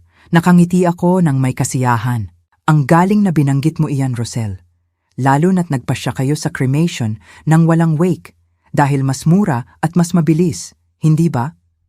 Ang mga kamera ay perpektong nakuha ang tingin ng takot sa mukha niya. Nang ma-realize niya na alam ko eksakto ang sinabi nila. Ginging Loida. Pumagitna si Maria Elena. Maaari ba ninyong ipaliwanag sa mga manonood namin kung ano ang nagtulak sa inyo na pikein ang sarili ninyong kamatayan?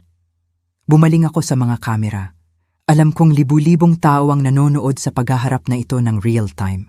Ako ay tinulak na pikein ang pagkamatay ko sa pagtuklas na ang sarili kong pamilya ay nagplano na patayin ako para kunin ang mana ko. Iyan ay isang kasinungalingan, sigaw ni Joel. Ngunit ang boses niya ay tila mas desperado kaysa nagagalit.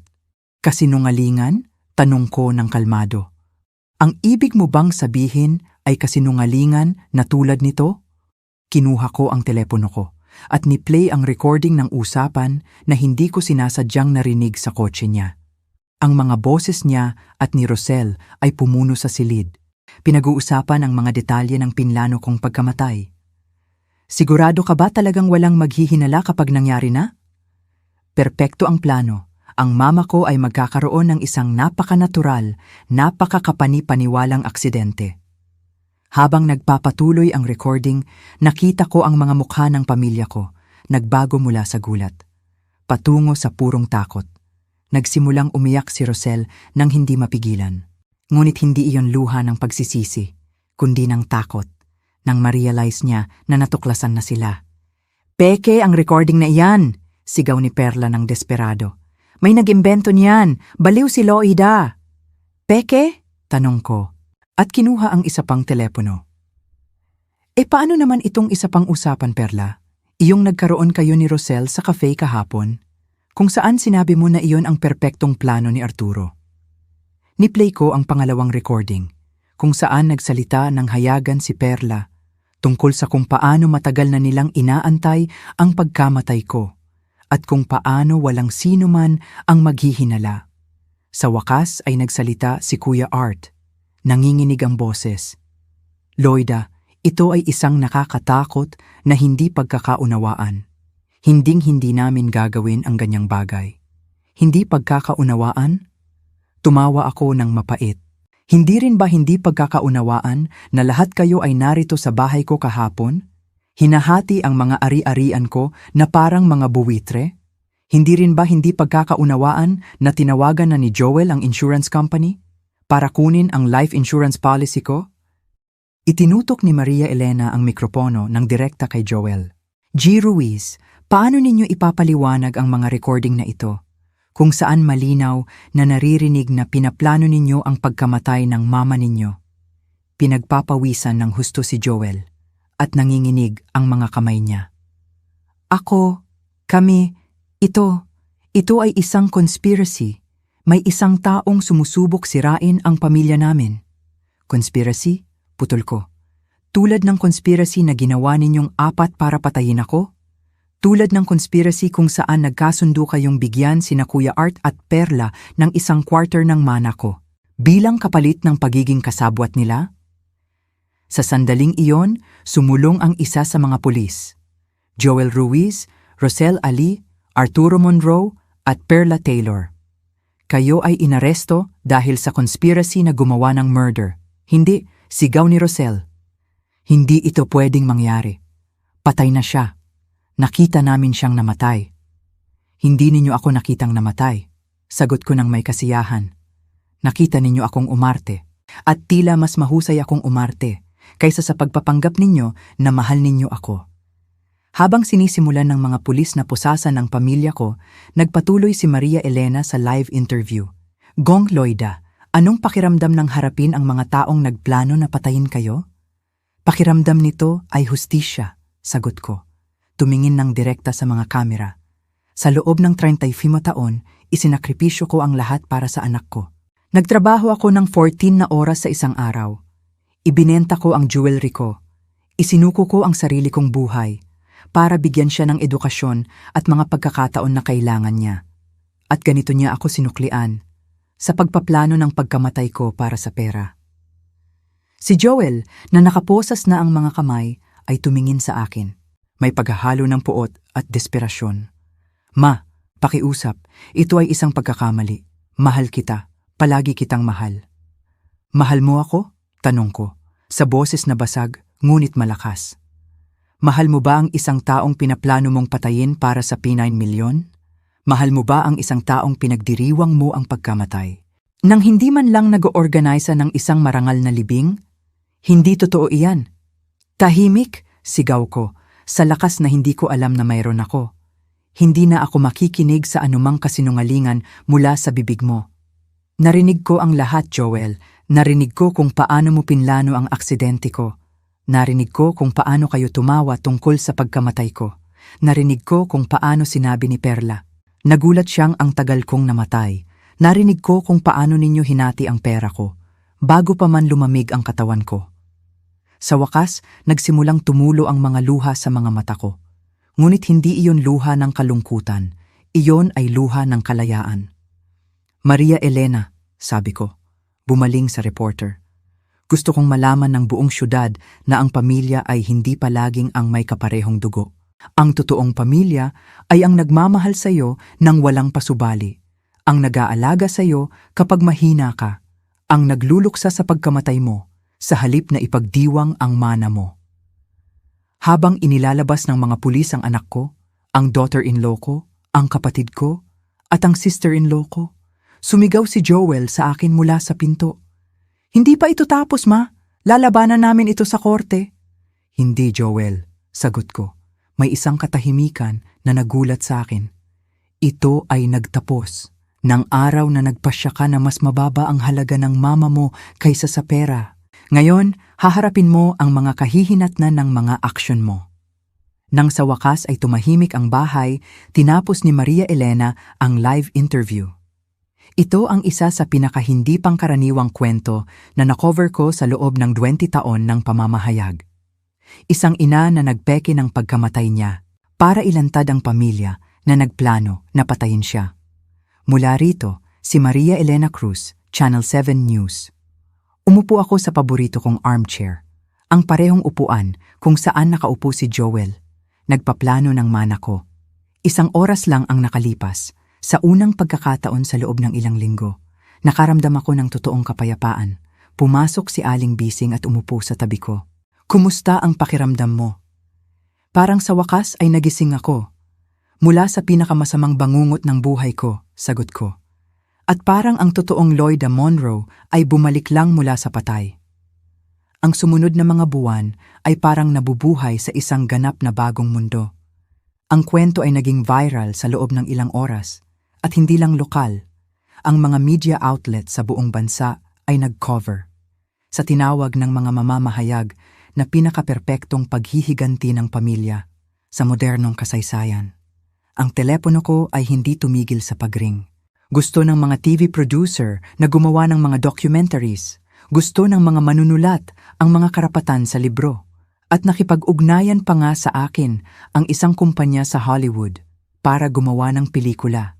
Ngunit ang pinakamahalaga sa akin ay sa wakas, pagkatapos ng mga dekada ng tahimik na sakripisyo, alam ng buong mundo ang kwento ko.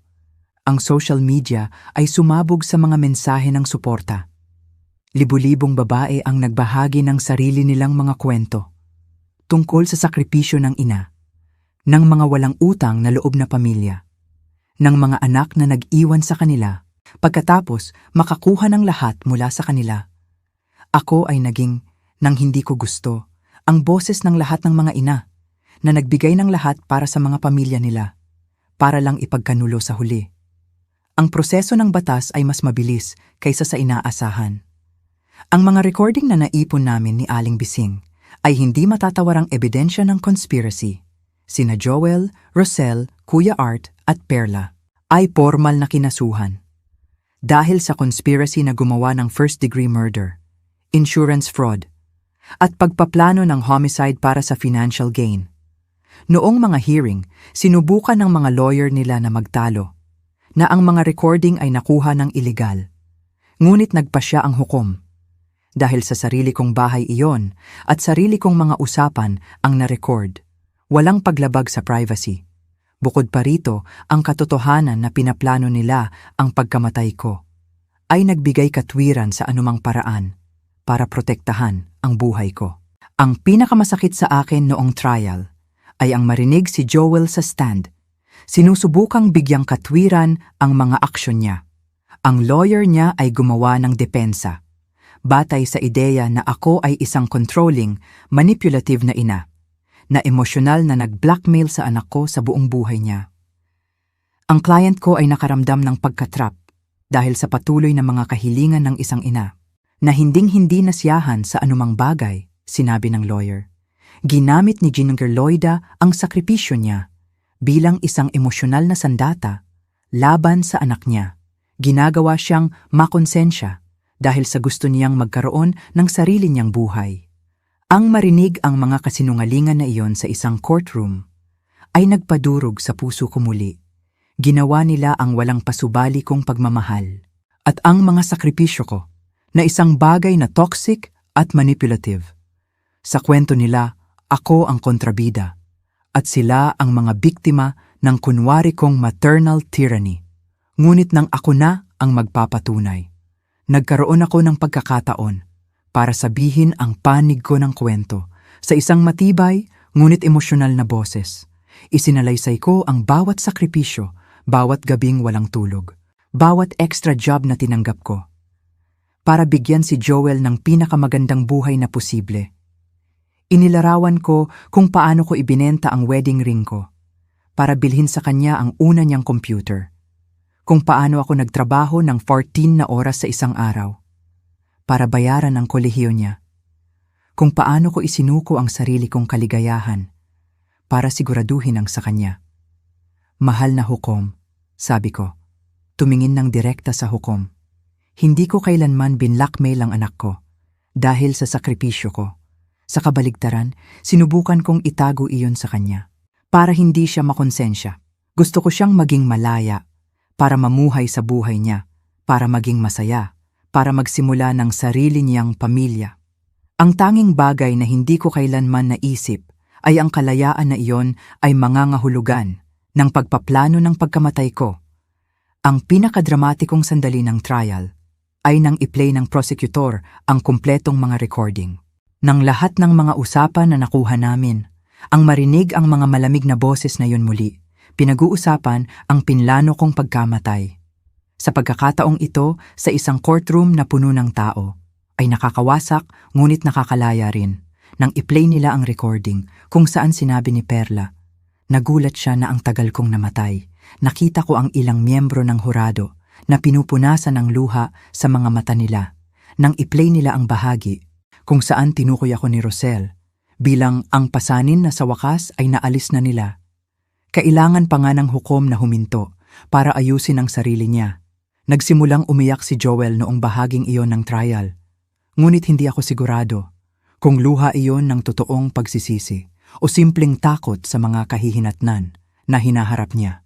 Ang mga verdicts ay bumalik. Pagkatapos lang ng 3 oras ng deliberasyon ng hurado, guilty sa lahat ng kaso, si Joel ay sinentensyahan ng 20 taon sa bilangguan. Si Rosel ay nakatanggap ng 15 taon, si Kuya Art 12 taon, at si Perla 10 taon, dahil siya ang itinuturing na hindi gaanong aktibo sa pagpaplano, ngunit isang mahalagang kasabwat sa conspiracy. Nang basahin ng hukom ang mga sentensya, wala sa kanila ang tumingin sa akin. Nakatungo sila, sa wakas ay humaharap sa katotohanan, na ang mga aksyon nila ay may totoo at nakakawasak na mga kahihinatnan. Pagkatapos ng trial, lumapit ako kay Joel sa huling pagkakataon, bago siya dinala. Anak ko, sabi ko ng mahina, gusto kong malaman mo, na sa kabila ng lahat ng ginawa mo, may bahagi pa rin sa akin, na naaalala ang matamis na bata na dati ka. Tiningnan niya ako. Puno ng luha ang mga mata. Mapatawarin mo ako, labis akong humihingi ng tawad. Hindi ko alam kung ano ang naging ako. Ikaw ay naging isang taong mas pinahalagahan ng pera kaysa sa buhay ng mama niya, malungkot kong sagot.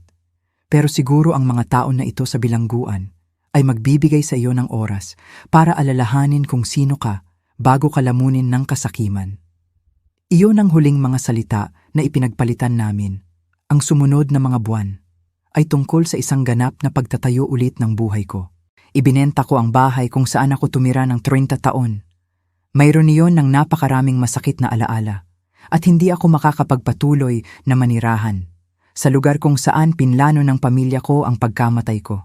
Sa pera mula sa pagbebenta, bumili ako ng mas maliit ngunit magandang bahay sa isang tahimik na neighborhood malapit sa bahay ni Aling Bising.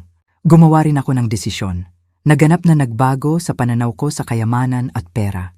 Ibinigay ko ang karamihan sa ipon ko sa isang foundation na tumutulong sa mga single mother. Napunduhan ang edukasyon ng mga anak nila sa kolehiyo. Kung ang pera ko ang nagtulak sa pamilya ko na gustong patayin ako, kung gayon, gagamitin ko ang parehong pera na iyon para gumawa ng mabuti sa mundo. Sa kita mula sa mga karapatan sa kwento ko, nagtatag ako ng isang scholarship fund na may pangalan ko. Bawat taon, 5 nagtatrabahong ina ay nakakatanggap ng ganap na tulong pinansyal para ipadala ang mga anak nila sa kolehiyo. Ito ang paraan ko para siguraduhin na ang karanasan ko, gaano man kasakit, ay makakagawa ng isang bagay na positibo. Ngunit ang pinakamakabuluhang pagbabago sa buhay ko ay ang pagtuklas ng isang bagong pamilya sa pamamagitan ng mga sulat at mensahe na natanggap ko pagkatapos maging publiko ang kwento ko. Nakilala ko ang 2 dosenang tao na dumaan sa parehong mga karanasan. Mga inang ipinagkanulo ng mga walang utang na loob na anak, mga kapatid na iniwan ng mga sakim na kamag-anak, mga matatanda na pinagsamantalahan ng sarili nilang mga kamag-anak. Bumuo kami ng isang uri ng napiling pamilya, isang support group, na regular na nagkikita para magbahagi ng mga kwento, ipagdiwang ang mga tagumpay, at paalalahanan ang isa't isa na may totoong pag-ibig. Kahit hindi ito galing sa inaasahan namin, isa sa mga taong iyon ay naging lalo na mahalaga sa akin. Si Gabriela, isang 51 taong gulang na babae na iniwan ng anak niya sa isang nursing home pagkatapos kunin ang lahat ng ipon niya. Bumuo kami ni Gabriela ng isang pagkakaibigan na napakalalim, kaya siya na ang naging kapatid na matagal ko nang gusto. Alam mo kung ano ang pinakakakaiba sa lahat ng ito? Sabi sa akin ni Gabriela. Isang hapon, habang nagkakape kami sa bago kong kusina. Ang biological na pamilya natin, ipinagkanulo tayo dahil sa pera, pero nakakita tayo ng mas magandang pamilya nang walang kinalaman ng pera. Tama siya. Ang bago kong buhay ay puno ng mga tao na nagmamahal sa akin kung sino ako, hindi dahil sa kung ano ang mayroon ako. Mga tao na nagdiriwang ng mga tagumpay ko, nang hindi kinakalkula kung paano sila makikinabang. Mga tao na, kapag dumating ang totoo at natural kong kamatayan, maraming taon mula ngayon ay magluluksa sa pagpanaw ko, sa halip na ipagdiwang ang mana ko. 2 taon pagkatapos ng pagbangon ko, nakatanggap ako ng sulat mula sa bilangguan. Galing kay Joel. Sa 4 na pahinang sulat kamay, humihingi siya ng tawad sa mga salita na tila totoo. Sa unang pagkakataon sa loob ng maraming taon, sinabi niya sa akin, tungkol sa therapy na natatanggap niya sa bilangguan. Tungkol sa kung paano niya sa wakas naiintindihan ang kalaki-lakihan ng pagtataksil niya. Tungkol sa kung paano niya ginugugol ang mga gabi niya na naalala ang lahat ng sakripisyo na ginawa ko para sa kanya. Ma, isinulat niya sa huling pahina. Alam kong hinding-hindi ko na mababawi ang ginawa ko. Binasa ko ang sulat na yon ng maraming beses, sa loob ng ilang linggo. Nagdedebate sa sarili ko kung sasagutin ko ba o hindi. Sa wakas, nagpa siya akong sumagot, hindi para patawarin siya, kundi para tuluyang isara ang kabanata na iyon ng buhay ko. Joel, isinulat ko, tinatanggap ko ang paghingi mo ng tawad. Ang bata na pinalaki ko, hindi na ako nakatanggap ng sagot sa sulat na iyon. At maayos lang yon. Ngayon, sa edad na 65, maaari kong sabihin ng totoo na mas masaya ako kaysa sa loob ng maraming dekada. Ang bahay ko ay puno ng tawanan ng napili kong pamilya. Ang mga araw ko ay abala sa makabuluhang volunteer work. At ang mga gabi ko ay puno ng totoong kapayapaan. Minsan tinatanong ako ng mga tao kung nagsisisi ba ako sa pagpeke ng pagkamatay ko, kung hindi ba mas mabuti na harapin ang pamilya ko sa isang hindi gaanong dramatikong paraan. Ang sagot ko ay palaging pareho. Pinili nilang ipagkanulo ako sa pinakadramatikong paraan na posible. Sa pagpaplano ng murder sa akin, nagpasya lang akong ipagtanggol ang sarili ko, gamit ang sarili nilang gamot, ang pinakamahalagang aral na natutunan ko mula sa buong karanasang ito ay ang totoong pamilya ay hindi tinutukoy ng dugo na mayroon tayo, kundi ng pag-ibig na pinipili nating ibigay sa isa't isa. Ang biological kong anak, ipinagkanulo ako dahil sa pera. Ngunit nakakita ako ng mga kapatid, mga anak na babae at maging mga apo. Sa mga taong pumasok sa buhay ko, pagkatapos ng pagbangon ko, natutunan ko rin na hinding-hindi pa huli ang lahat para magsimula ulit. Sa edad na 62, nang iniisip ng karamihan sa mga tao na ang mga buhay nila ay natukoy na. Nagkaroon ako ng pagkakataon, naganap na isilang ulit. Hindi lang ako nagpeke ng pagkamatay ko, nagpeke ako ng muling pagsilang ko. At sa wakas, natutunan ko na ang hustisya ay minsan dumarating sa pinaka hindi inaasahang paraan, hindi isang hukom o isang hurado ang talagang nagparusa sa pamilya ko dahil sa pagtataksil nila. Iyon ay ang katotohanan na inilantad sa publiko, ang sumira sa kanila. Ang pera na handa silang pumatay sa akin ay naging gastos ng mga lawyer na hindi makakapagligtas sa kanila.